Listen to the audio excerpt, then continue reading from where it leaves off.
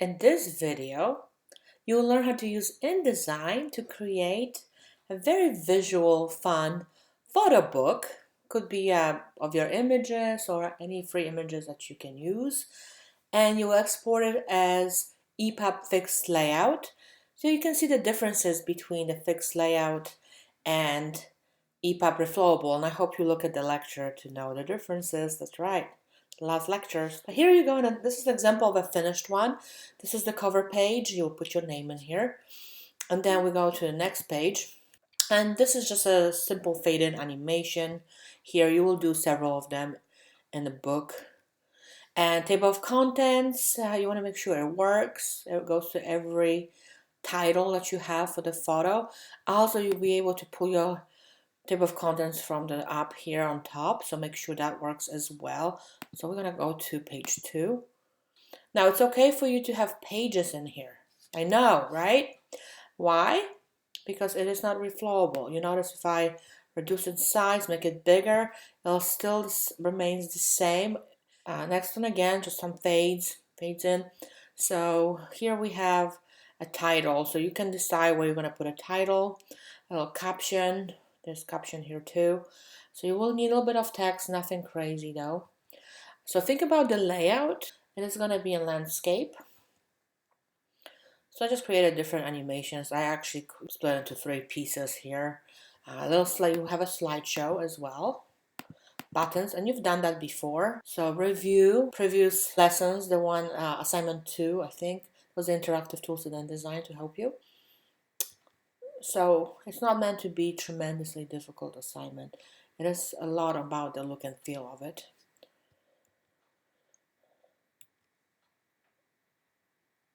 And that is it. Now we will look at the specific requirements.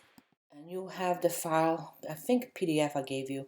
I want to open my Word file as I'm still editing this. So the purpose of this assignment is to introduce you to fixed layout EPUB, which is most suitable file format for creating ebooks and publications that require more images, creative layout, and more interactive design. In other words, they are not as fussy as EPUB reflowable. But at the same time, as you notice from the example, and if you haven't, let me show you that really quick. If I minimize the page, they resize with the page, they do not reflow. So that's the drawback when it comes to if you have a text-heavy book, you should try reflowable EPUB, not this one. But for illustrations and things like adding more interactivity, you can add audio, it's pretty easy to add here, and video and all that. So you will use Adobe InDesign to create a photo book, like the example, and you will export it as a fixed layout EPUB. And you will create your own design and layout. I want you to be creative here. So you have to think through the design. I gave you the end file, so you can look at it and get ideas, but do your own design, please. Now you will watch this video, so I don't have a link here yet because this will be published after. You will have a link. Document specifications. So first thing is how you're going to set this up. You probably noticed already, I'm going to go into InDesign. Now this is a landscape orientation. So when I do File New or Command N, mobile, and again, we're going to do the same thing we have done before, which is the iPad 1024 by 768. So it's by default, it's going to be landscape. It is up to you how much margins you want to adjust. You can leave it. I'm going to do the preview so you can see. Margins are good. You can drop them lower if you want to.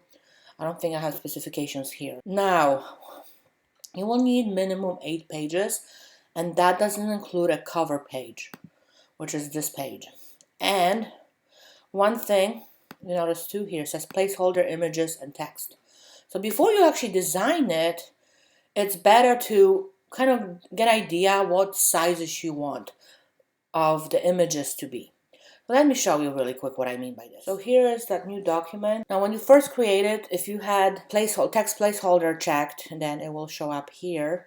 And if that's something you don't want to use, you don't include it when you first create your document. But if you do have it and you don't want it, you can just delete it. And I'm going to use the frame tool, rectangular frame tool, because I want my cover page to be the whole thing. And that's going to be the size 1024 by 768, which is the size of the document. That way I will know if I go get an image and I need to crop it in Photoshop to the similar size. You don't want to change the proportions of it. So I'm going to set it up. Now another thing that helps, this one is obviously pretty easy because it's the whole size, is to go under your view and show your guides and grids and all that. I'm going to do show document grid. That way I will know when I put things in and they're centered. So now I'm going to do a text box, but for the text box, I'm going to use, and that actually helps me, if I have lines, I know this is an image. I'm going to use a ellipse tool, and I'm going to put one right in the middle. That'll be the title, and then what I had. Now if you want to hold the shift key, it's going to make a perfect circle. And then you can see, and then go back to your selection tool. This will have my text. Now this one actually has a stroke. I don't, if I use a stroke or not, so be mindful of this, because if you don't want a stroke, you want to take that out. But now I will know, okay, this is going to be my layout. Then I create another page, page 2.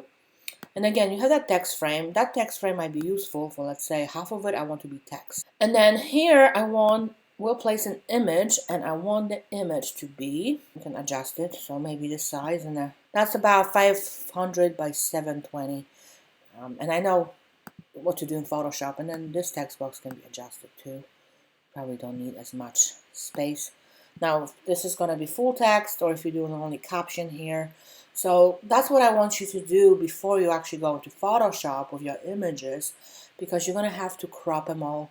Make sure you put the right resolution so your file format, the size of it won't be too big, because there's a limit. It's 10 megabytes. If it's bigger, you won't be able to submit the document. Let's look at the other requirements. The next requirement is to design a cover page, either in Photoshop or InDesign.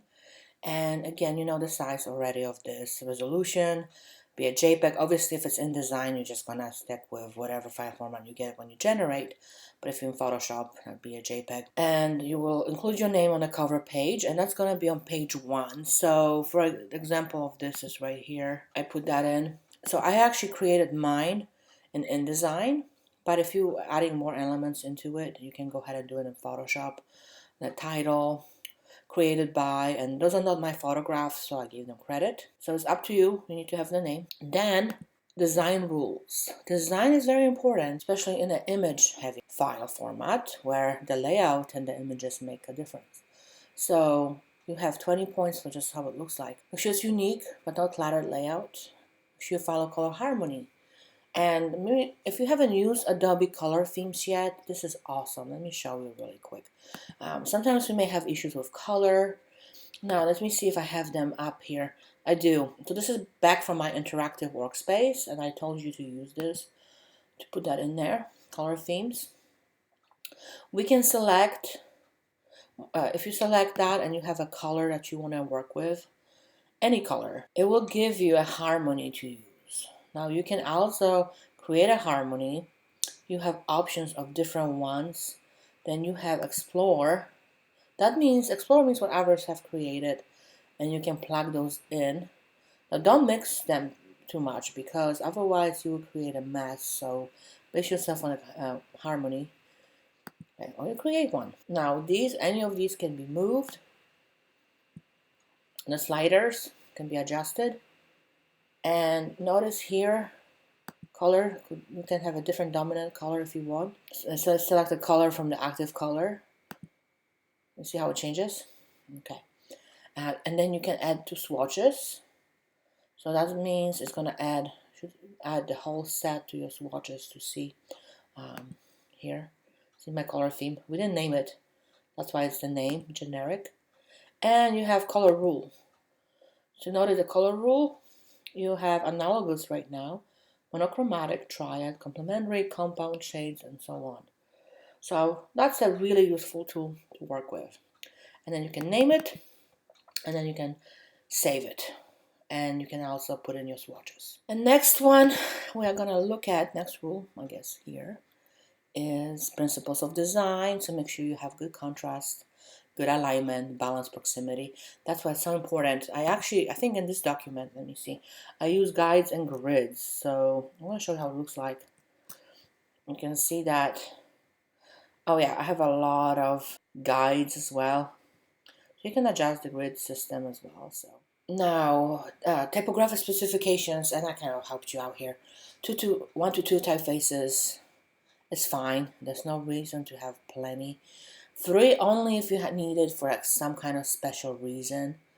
And 2 to 3 type sizes. So don't make it busy, make it simple. And then quality images for your photo book, because there will be 150, so they're not web images. So you can use your own images that you have taken and unsplash images or a photo bucket. I have a list on Blackboard, as on your syllabus, of the different websites.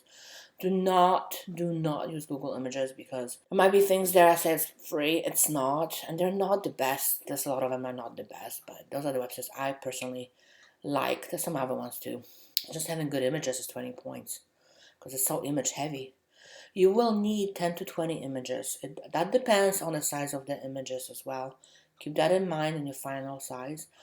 Which brings me to the next one. In Photoshop, you will resize them and crop them. Do not just drag an image in that you haven't edited, because again, it might be too big at the end and you will get a 0 for the file if you don't submit it. Okay, I mean, we may not be able to open it, so that's pretty bad. And all your images will be 150 ppi. That's your resolution, and JPEG, and obviously the size of them will depend on what? The placeholder images, these. So that's why you need to know how to name it and know which ones. Right, I think that explains images. Now text. Yep, you need to create your own text to correspond with each image. This is not an English essay, so you'll be fine. You need a caption, title, and brief description under the title. Obviously, I already mentioned you need the cover page as a text. And make sure you create paragraph styles for them. Check your spelling and all that good stuff. So, like for example here, okay, name of contents. All right, so you can have a title, and then you can have a little description, date, and a little description here. I don't have as much, but I hope you do a little bit more because it's more involving assignment. And I did create paragraph styles for these as well, like photo title, so photo description or something like that. Because these, especially the photo title, that's going to pull to your table of contents. So I would separate them, the title from the description. And you notice I have 2 different type styles. Then, I hope that explains everything. You will create a slideshow using objects and the buttons you have. That was the first or second. One of the early assignments that you had, I think that was interactive tools. You can look at it. I'm not going to go over it again. That's why I have the other videos for you. Okay, you're going to do it. You need 3 to 5 images. Now, you also will create minimum 3 different animations in different places. I have created more than 3. You're welcome to do more because they're simple. Some of them just fading. Okay, this one's fade in.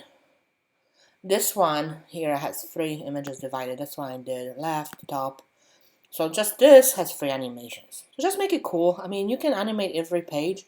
Just make it subtle. Don't make it obnoxious. And then, finally, I like doing the table of contents last. One of the last things.